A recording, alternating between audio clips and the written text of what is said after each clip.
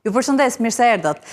Sipërmarrja në tërësi në Shqipëri, por sektori i bujqësisë në veçanti përballen me një mori sfidash që nga mungesa e fuqisë punëtore deri tek ndryshimet klimatike.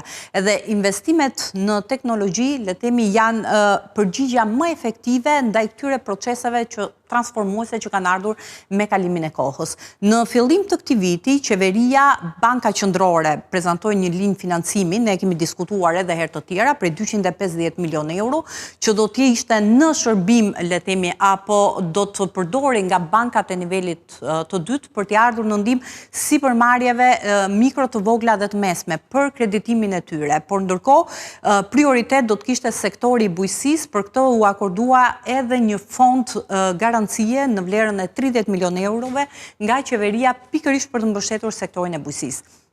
Rezultatet ne diskutuam edhe një javë më parë, që ka qenë një numër tetë i ulët fermerësh të cilët kanë aplikuar për të përfituar nga kjo skem kreditimi përkundrejt interesave të reduktuara jo më shumë se 2%. Megjithatë, do duhet presim datën 20 dhjetor për të kuptuar edhe në çfarë se si do të shpërndahen, pra ku do të shkojnë këto fonde. Unë kam kënaqësinë që të kem në studio për herë të parë në emisionin Box to Box profesorin Mihallah Qirio. Profesor, përshëndetje, mirë se erdhët, pedagog dhe drejtues i qendrës burimore të mjedisit. Kënaqësi që jeni me ne. Faleminderit për ftesën. Më vjen mirë që diskutojmë këtu për një sektor shumë të rëndësishëm ekonomik të vendit, po ndërlidhjen e tij edhe me elemente të tjerë të zhvillimit, sikundërse tani ndryshimet klimatike janë bërë një ndër faktorët kufizues në këtë sektor. Megjithatë, profesor, domosdoshmëria për t'u përgjigjur edhe kësaj sfide, pra që është një sfidë e kemi cekur jo vetëm me Shqipërisë, por është një sfidë globale tani më. Është investimi në teknologji. Pra, investimi në teknologji është kryefjala.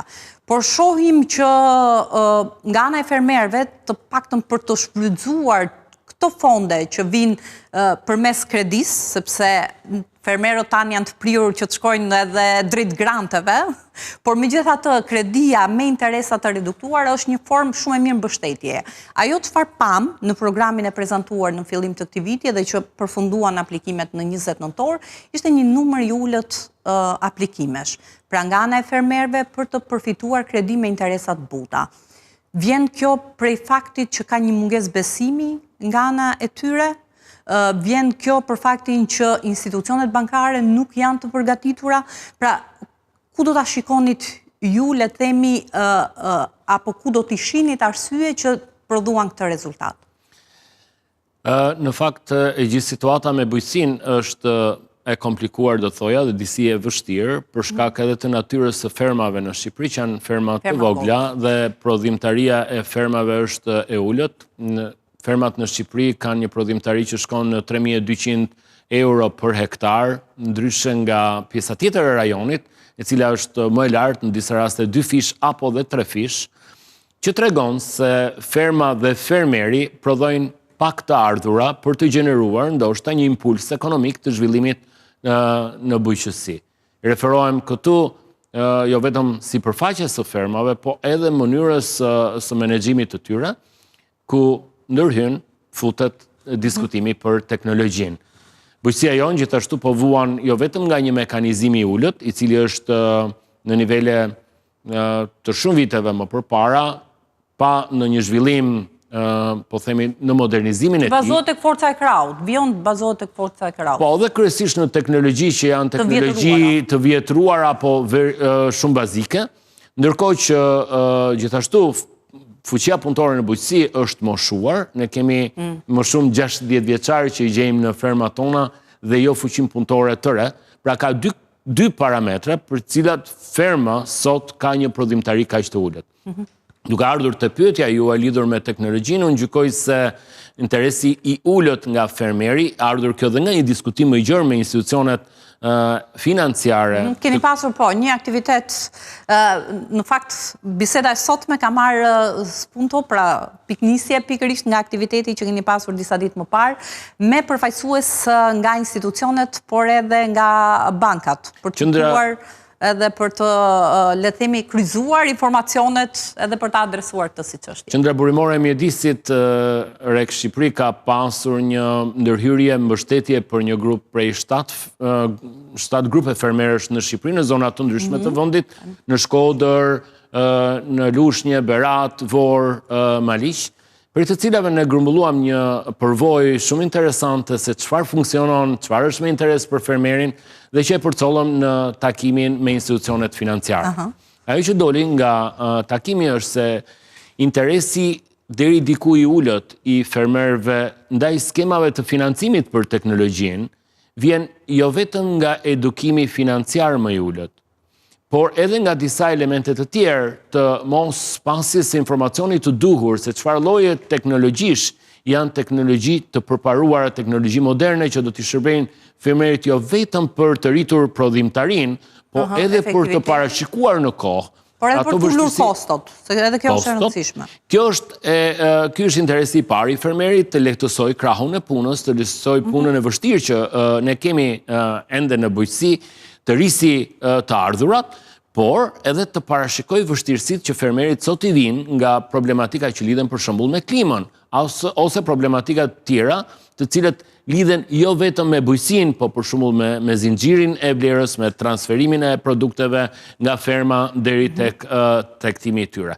Pra ka një sër problematikash me cilët fermeri sot përballet, si mungesa e informacionit, mungesa e edukimit, dhe që e bëjnë atë më pak të, nuk do të thoja më pak të interesuar, sepse përvoja jonë tregoj ndryshe, po e bëjmë më pak të hedhur për të ndërmarrë një nisëm mëngurues për të shkuar tek kërkesa për një kredi, e cila do të ishte një barë shtesë nëse nuk do të materializohej me një prodhimtari më të lartë dhe më të mirë. Pra, gjykoj se është në zinxhirin e të gjithë tyre hallkave problematika tek institucionet për informimin më të mirë të fermerit, deri tek vetë fermeri për edukimin. Teksa përpiqemi të kuptojmë arsyet, se është shumë e rëndësishme edhe të qartësohen arsyet që i mbajnë larg sektorit bankar. Përpos faktit që fermat, pra mënyra se si janë fermat në Shqipëri, ne dim që në pjesën, madje po e diskutonim edhe përpara se të nisnim bisedën në studio, që në 80% edhe ndoshta më shumë janë fermat vogla. Ju e vut në duke, edhe ky ndoshta është pengesa e parë që kanë, sepse duke qenë të tilla të vogla edhe nuk kanë, le të themi, edhe vizionin për të rritur, e konsiderojnë investimin në teknologji si një investim që ka kosto, por nuk ka asnjë përfitim mbrapsht, ku ndërkohë është e kundërta. Nga ana tjetër, përmendët edhe mungesën e informacionit, që në jo pak raste ne dim që burimi i këtij aksesi kaq të ulët në sektorin bankar vjen edhe prej mungesës së informacionit. Por sa e rëndësishme është që të funksionojë ai trekëndshi që ne përmendëm, fermer, institucione publike dhe institucione bankare. Pra për të kuptuar që secili të kryejë rolin e vet në mënyrë që ky trekëndësh të funksionojë. është shumë i rëndësishëm. Përgjegjësia e institucioneve duhet të shkojë përtej thjesht ofrimit të mundësisë për të marrë kredi. Marrja e kredisë shpeshherë është vetëm një lloj instrumenti për të arritur një qëllim më të lartë. Qëllimin që ne duam të zhvillojmë sektorin e bujqësisë, të gjejmë një mekanizëm funksional për zhvillimin e fermave edhe kur janë kaq të vogla. Skema që ne aplikuam në 7 grupet e fermerëve sillte teknologjinë e përparuar për klimën, teknologji e cila përbëhet nga dy mjete, do të thoja unë, teknologji bujqësore. Njëra ishte një grirës i biomasës në mënyrë që fermerët të mos e djegin biomasën, po ta kthejnë atë në një pleh për fermat e tyre. Praktikisht praktika aktuale e djegjes është shumë e gabuar, ndikon jo vetëm në ndryshimet klimatike, po dhe në degradimin e tokës, dhe teknologjia e dytë që ne ofruam ishte... Që jo gjithë i kanë këto informacione. Patjetër, teknologjia e dytë ishte ofrimi i pompave me energji diellore, e cila nuk është e varur as nga rrjeti i energjisë, as nga përdorimi i naftës, dhe që e bën të pavarur fermën edhe në zonat që nuk kanë akses ndaj energjisë për të pasur në kushtet e thatësirës së zgjatur të verës, mundësi për të ujitur dhe mundësi për të zhvilluar fermën në kushtet të vështirësive klimatike që po ndeshet i gjithë vendi. Pra këto dy teknologji, për vetë faktin se i ofrohen me një vlerë do të thoja disi të ulët, pra nuk është një vlerë që shkon është në disa mijëra euro, sjellin përvojën tek fshatari se çfarë është e mirë dhe çfarë është funksionale.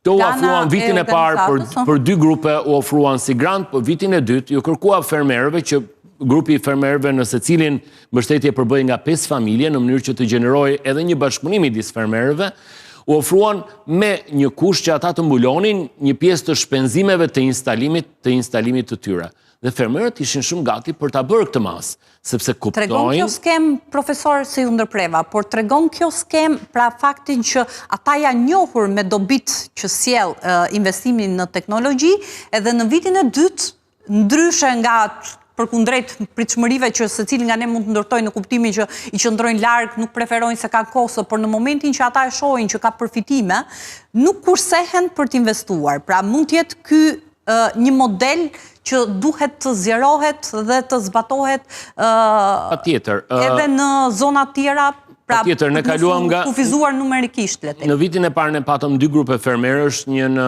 zonën e Nën Shkodrës dhe një në zonën e Vorës. Në vitin e dytë patëm 5 grupe shtesë për të arritur një masë kritike të shëmbullit, se si teknologjit mund të jenë interesante për fermerë dhe se si më pas në mundet së bashku me Arebet apo me qendrat e transferimit të teknologjisë bujqësore, të sjellim teknologjinë më të mirë të mundshme tek fermeri shqiptar.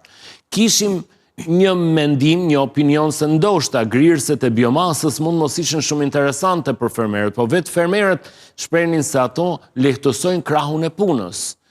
Ndërsa pompat për ujitjen janë shumë të domosdoshme, ne patëm shumë interes nga fermerët dhe gjykojmë se përfshirja e teknologjive të tilla miqësore me klimën, po edhe teknologji të tjera jo të lidhura vetëm me klimën, po t'ju adresohen në mënyrë të qartë fermerëve, po t'ju sillen me skema të kombinuara të huamarrjes apo dhe të grantimit, ato do të kapitalizoheshin më shumë dhe do të ndihmonin bujqësinë që të zhvillojë në nivelin e fermave të vogla.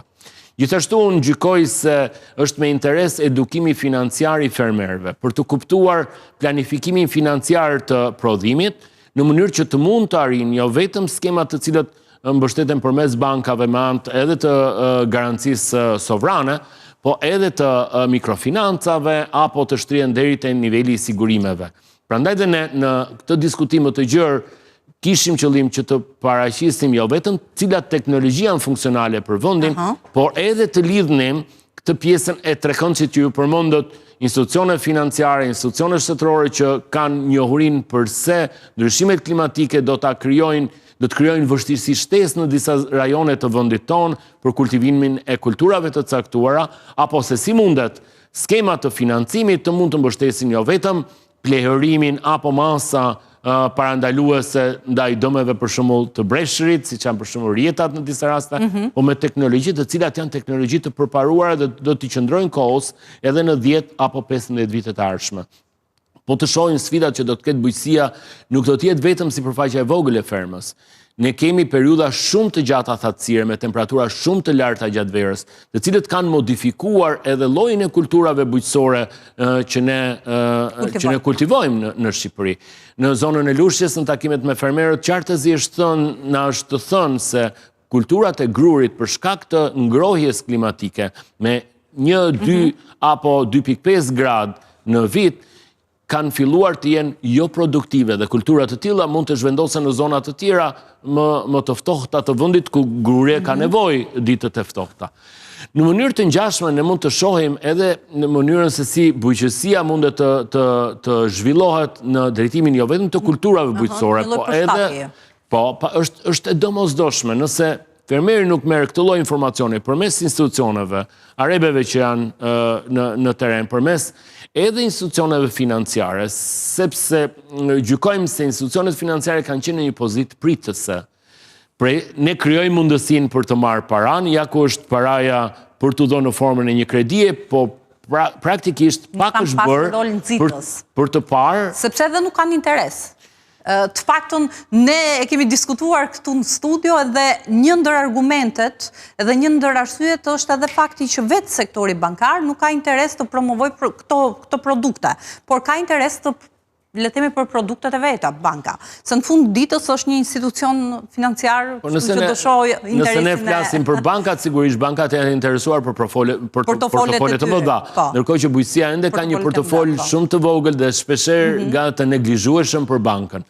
Megjithatë duhet të sjellim në vëmendje interesin e bankave për të zhvilluar një sektor ekonomik shumë të rëndësishëm për vendin.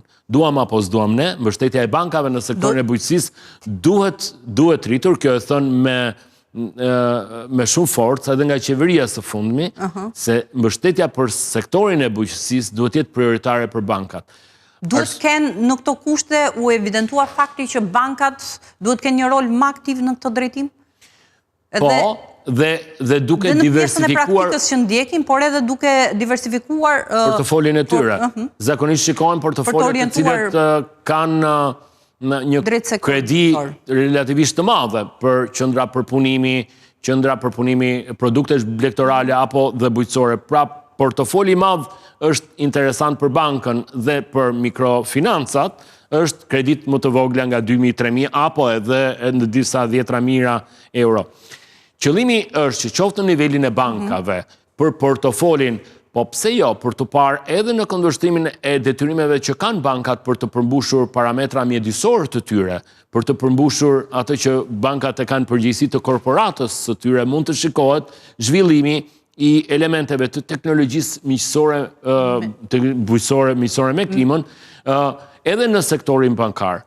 Pra, qëllimi i diskutimit që kemi pasur me to është që për bankat të diversifikohet portofoli duke rritur mbështetjen tek fermeri për të qenë më fleksibël për shkak se bankat deri tani kanë punuar sigurisht me disa parametra që për fermat e vogla, për fermerët që nuk e kanë dokumentacionin në vend është vështirë për të operuar me bankën. Megjithatë, duhet parë një balancë e të tre aktorëve financiar për sektorin e teknologjisë bujqësore, të bankave, për teknologjit më të mëdha dhe të zhvilluara, për fermat më të mëdha, pa për qendrat e përpunimit agro-blegtoral, tek mikrofinancat, ku kapilarizohen më mirë në nivelin e fermave të vogla, për t'i orientuar drejt teknologjive që janë avantgard në mbështetje për bujqësinë. Mikrofinanca nuk ishte e përfshirë në programin e kreditimit. Ky është nga problemet që doli në këtë takim nuk ka qenë e përfshirë, po. Se mikrofinancat nuk mbështeten nga garancia sovrane. Nga garancia, por edhe programi i kreditimit i Bankës Qendrore, pra 250 milion euro. Sakt, dhe ky përbën ky ishte një kërkesë e mikrofinancave në mënyrë të vazhduar sepse janë edhe më afër. Ata janë në kontakt me fermerin, ata janë në kontakt me fermat e vogla. Po do të thoja që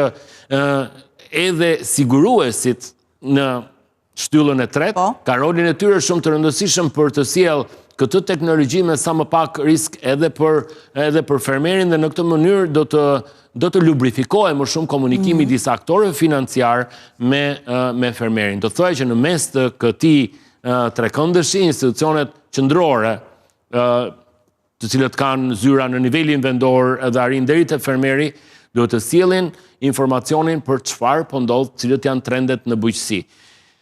Atashuar kësaj edhe mbështetjen financiare, ne do të kemi në rastin më të mirë të mundshëm njohurinë të fermeri, po edhe mbështetjen financiare që mund të hapi rrugën për të futur teknologji të reja bujqësore, të cilët janë në rajon. Unë do të thoja që Qendra Burimore e Mjedisit gjatë kësaj periudhe 2 vjeçare ka punuar ngushtësisht me ekspertizën nga Yale University në Shtetet Bashkuara të Amerikës për të investiguar se çfarë teknologjish mund të jenë avantgard kudo në botë, sepse tregu është global, tani ti mund ta sjellësh një teknologji që është e përshtatshme për vendin tonë. Dhe në fakt çfarë është e përshtatshme, qoftë në terrenin pra ku jemi, por e përshtatshme edhe në aspektin financiar, në kuptimin e përballueshme si kosto. Çfarë do të ishte efektive dhe me më pak kosto krahasuar me tjerat? Ka shumë teknologji që kryesisht varësisht nga interesi që ka fermeri. Varen që nga lloji kulturave. Tani jemi edhe tek smart. Eksaktësisht, këtu do të dija. Por ne nuk po kërkojmë të shkojmë më larg, spaku tani se. Po skema e mbështetjes së fermerëve me pompat me energji diellore është në vetvete smart. Fermeri mund modifikoj punën e pompës në distancë nga shtëpia dhe të mund të shohë volumin e ujit që nxjerr pompa. Digitalizimi i fermës është shumë i rëndësishëm, që do të shkoj krah për krah me inventarizimin e fermës. Nëse ne kemi këto dy databaza, databazën e çfarë ka ferma dhe prodhon, ne lehtësisht mund të kalojmë në digitalizimin e saj, se duke pasur sipërfaqen, duke pasur të dhëna që lidhen me prodhimin, llojin e kulturave apo llojin e gjës së gjallë që ka në fermë, lehtësisht ti mund të kompozosh një databazë që përmes softwareve të thjeshtë fermeri mund të kontrollojë prodhimin, dhënien e inputeve në bujqësi, kohën e tyre. Bashkëlidhur kjo me të dhëna që lidhen me klimën, një fermë që sot duket futuriste mund të bëhet lehtësisht digjitale. Dhe praktikisht ne kemi në serat tona elemente të qenurit smart për matjen e temperaturave, matjen e lagështisë. Pra kemi elemente të futura dhe sot me teknologji që kanë kosto të përballueshme nga fermeri. Megjithatë unë do të thoya që pjesa e kostos është një element që gjithmonë më shumë po bie. Çmimi i paneleve diellore ka rënë shumë, pra është shumë lehtë sot që të diskutosh me fermerin për vendosin e paneleve diellore për prodhimin e energjisë elektrike apo për përdorimin e tyre në bujqësi për qëllime të tjera, siç është për shembull ujitja, sesa 5 apo 10 vjet më përpara kur kostoja ishte shumë e lartë. Pra, nëse ne diskutojmë që një pompë e tillë në varësi edhe nga volumi kushton më pak se 10.000 euro, pjesa e një granti apo një financimi prej mikrofinancave është krejtësisht e përputhshme me nevojën që ka fermeri. Ajo që u ndalët, profesor, pra fakti dhe domosdoshmëria e digitalizimit, mungesa e këtyre të dhënave për fermat në Shqipëri, mund të jetë edhe, le të themi, një tjetër faktor kufizues, kushtëzues, qoftë për financim të këtyre fermave, qoftë edhe për investime. Është shumë e vështirë, madje nuk gjen në raste të investimeve nga tuaj, flasim gjithmonë, pra pavarësisht peshës që ka ky sektor në ekonominë e vendit, që zë një pjesë të konsiderueshme të prodhimit të brendshëm bruto, ka ngjallur, për të thënë as pak, interes nga ana e investitorëve tuaj. Është kjo një tjetër faktor, pra që i shtohet shumësisë faktorëve që e bëjnë sektorin periferik? Në zonën e Maliqit... Edhe dizavantazhuar, normalisht. Në zonën e Maliqit, që është një nga rajonet ku ne mbështetëm një grup fermerësh në fushën e Maliqit, praktikisht së bashku me Arebin e Korçës, vërejtëm se ka një tendencë të zmadhimit të fermave, jo duke pasur tokën në pronësi, po duke marrë atë me qera. Dhe praktikisht një numër fermerësh që e kanë parë biznesin e tyre, për te biznesit familjar, po si një angazhim, po themi strategjik të zhvillimit profesional të tyre, kishin rritur sipërfaqen duke marrë zona të tjera. Pra, një mënyrë për të... Ka një tendencë për të kaluar nga fermat e vogla në ferma më të mëdha. Kjo është edhe në zonën e Lushnjës, ku kemi kaluar në disa hektar, nga gjysmë hektari në disa hektar ferma, që mund të krijoj premisat qoftë edhe të grumbullimit të dhënave, si databaza, apo dhe të digitalizimit, apo dhe të futjes së teknologjive të përparuara në bujqësi. Sigurisht jemi në fazat e para, po mekanizmi... Dhe që duhet paraprihet edhe nga zgjidhja e çështjeve të pronësisë, edhe kjo e cekëm edhe një ditë më parë me ish-ministrin e bujqësisë, zotin Panariti, pra që është një gangren që e penalizon sektorin. Pra, edhe në këtë qasjen, edhe domosdoshmërinë e kooperimit e bashkëveprimit, mungesa e titujve të pronësisë e ka penalizuar sektorin. Investimet afatgjata titujt e pronësisë i kanë kushtin e tyre të parë. Edhe ndër bankat që ne kemi diskutuar, përveç se një portofoli të vogël edhe kredisë të vogël që kërkohet nga fermerët e fermave të vogla, problemi kryesor është dokumentacioni i titujve të pronësisë për t'i lënë si kolateral nëse duhet. Një tjetër po, që i mban pra e kufizon aksesin në sektorin bankar. Po në kushtet ku jemi, ne do të shohim mundësinë e kapilarizimit të makinerisë, teknologjisë bujqësore, të mekanizimit të bujqësisë, edhe përmes skemave të tjera të mikrofinancave që janë më të shtrenjta për shkak të riskut që ato mbajnë, po arrin më shumë tek fermat e vogla. Kështu që në diskutimin edhe me institucionet është si mund të kombinohen këto skema në mënyrë që për fermerin të bëhen interesante, të ketë një peshë të riskut që ai do ta mbajë si të qoftë, por pesha e riskut të jetë aq e vogël sa skemën e financimit për teknologji të tilla moderne që i rezistojnë kohës, të jetë e pranueshme, të jetë e pëlqyeshme dhe të jetë e absorbueshme prej fermerit. Gjithashtu, gjykojmë se bujqësia shqiptare sot duhet të shohë edhe jo vetëm teknologjitë e reja, që janë shumë të rëndësishme, mund të mos jenë vetëm teknologjitë të tipit traktor ose mekanizim i rënd i bujqësisë, po mund të jenë edhe mënyra të aplikimit të ujitjes, për shembull, që mund të jenë të thjeshta apo të ardhura në Shqipëri, veçse jo të prezantuara si modele funksionale për fermat shqiptare. Gjithashtu do të thoja që fermat shqiptare do të shohin më së shumti riskun, dhe ky ishte diskutimi që u bë nga Banka e Shqipërisë dhe bankat e nivelit qendror, bujqësia dhe risku që ajo ka nga faktorët e tjerë. Njëra është vjetërsia e krahut të punës, tjetra ishin ndryshimet klimatike.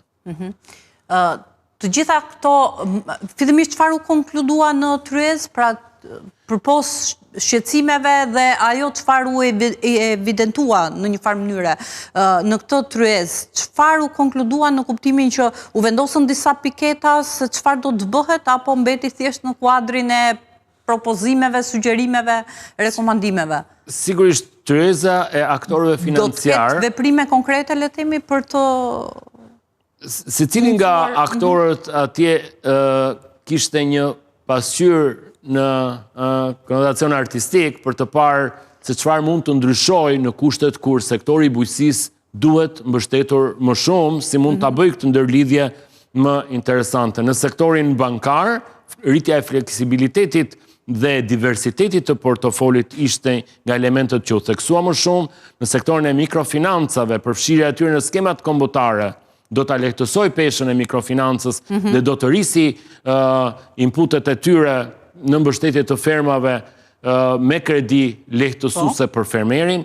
Në sektorin e sigurimeve, për kapitalizimi i sigurimeve, përfshirja e sigurimeve në skemat e mbështetjes u pa... Që do të kemi mundësi ta diskutojmë. Që do të diskutohet edhe më tej, dhe prej institucioneve qendrore, edukimi financiar i fermerit duhet parë si një program në vijimësi, në nivelin vendor, me fermat, si dhe ndërthurja me ata aktorë që mund të jenë organizata, mund të jenë universitete që sjellin njohurit e trendeve më të fundit të bujqësisë, nevoja që mund të ketë fshataris. Për shembull, diskutua mjaft sëmundjet që shfaqen tani në bujqësi, që lidhen me një mbështetje edhe financiare për kimikate apo pesticide që janë më efektive në bujqësi, me qenë se këto mbulohen në një pjesë të mirë nga mikrofinancat, pjesa e pesticideve dhe kimikateve. Pra praktikisht mbështetja e bujqësisë me format të kreditimit përfshin të gjithë gamën, jo vetëm pjesën e teknologjisë, po edhe pjesën me inpute bujqësore. Pra secili nga aktorët në këtë tryezë doli me një sër rekomandimesh për një farë mënyre për veten e tij, për të parë se si mundet të gjeneroj më shumë ndërthurje midis aktorëve, ishte tryeza e parë që ndodhte midis këta aktorëve financiar që u vlerësua se do të vijojë më tej edhe për të paraqitur modele funksionale në Shqipëri, ose jo funksionale. Siç është rasti i fermerëve të cilët janë mbështetur përmes programit? Siç është rasti i këtij programi të qendrës burimore të mjedisit, që theu një stereotip që nuk është oferta e munguar e fermerit, po ndoshta është një hallk ndërmjetëse që sjell më afër mbështetjen financiare në fonde me nevojën e fermerit. Pra kjo hallk mbështetëse duhet mbushur, duhet plotësuar nga puna e institucioneve apo nga puna dhe aktorëve të tjerë, siç në rastin ton, interesi është për të sjellë teknologji që janë miqësore me klimën dhe mjedisin. Profesor, ne indirekt u ndalëm dhe ndoshta edhe gjatë bisedës ka dalë përfitimet që ka fermeri nga gjithë ky proces transformues, në kuptimin që nëse adapton teknologjinë, përfitimet janë shumëta dhe mbi gjitha i përgjigjen këtyre sfidave që ne i cekëm, që nga mungesa e fuqisë punëtore deri tek sfida e ndryshimeve klimatike. Por unë dua që në këtë pyetje pra të fundit të ndalemi pak te këto përfitime, pra efektivitetin, uljen e kostove që mund të duken në një le themi në një afat shkurtër mund të duken të rëndësishme, por që sjellin edhe reflektohen në zinxhir, pra sepse një kosto më e ulët në prodhim, pa diskutim do të reflektohet edhe tek shitja e këtij produkti. Edhe në momentin që del në treg ne dim se çfarë ka ndodhur në vitet e fundit që për shkak të shtrejtimit të lëndës parë, pra në këtë rast inputeve, por edhe kostove të shtuara që kanë pas produktet shqiptare kanë dalë në treg me një çmim më të lartë dhe kjo i ka bërë më pak konkurrues në raport me produktet e importit, pra kanë qenë të dizavantazhuar. Kështu që kjo është e rëndësishme sepse duke ulur kostot do të transmetohet edhe në hallka të tjera, pra edhe teksa pra kur mbërrin në duart e konsumatorit. Kështu që të ndalemi pak tek përfitimet që do të kenë fermerët nga adoptimi i teknologjisë, që të mos e shohin kështu si një gjë që është një gjë e re dhe si çdo gjë e re ka kosto dhe s'na duhet, ne jemi ferma të vogla, nuk kemi pse. Unë gjykoj se ai që punon i qasemi teknologjisë. Ai që punon në bujqësi e di fare mirë sa rënd është puna në bujqësi dhe sa intensive duhet ta duan vërtet shumë, duhet ta duan vërtet shumë bujqësinë nëse i dedikohen asaj.